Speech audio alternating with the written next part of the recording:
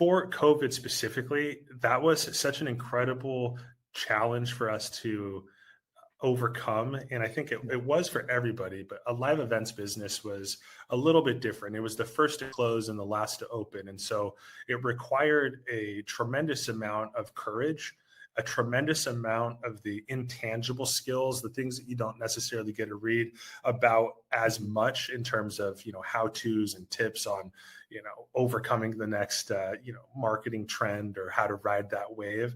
It was a lot more of the grit, a lot more of the, did you make your bed in the morning type stuff, the things that built character, because you woke up every day with a big question mark as to where the sales were going to come from.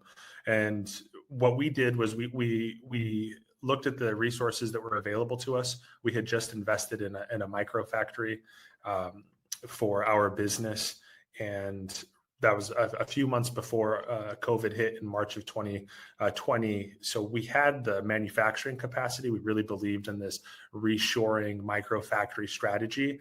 And when COVID hit, it was like, all right, well, maybe we're not making rave clothes right now or as much, but let's pivot. And that's when we created Fabric Punch, which was our way to service other e-commerce businesses, so they could at least make their baby clothes and make their swimwear and things that people were still purchasing.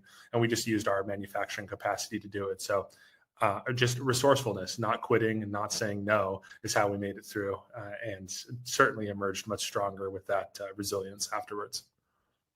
That's an amazing pivot. It seems like that allowed you to understand both ends of e-commerce, which are obviously the front end, selling to consumers the products you are known for, but also the challenges on the fulfillment and the delivery side.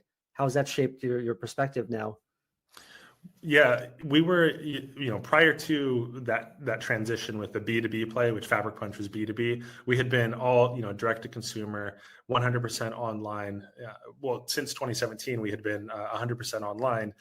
And so starting to listen to other businesses was different for us, because before it was just, how do we increase the, lifetime value and keep our acquisition costs low?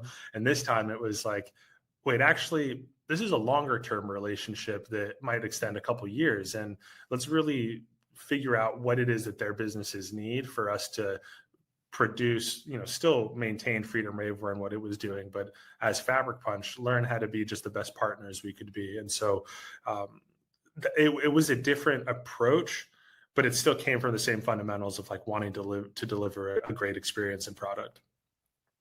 That's huge. It's good to see that again, the pivot was exactly along the lines of it's in your wheelhouse no matter what.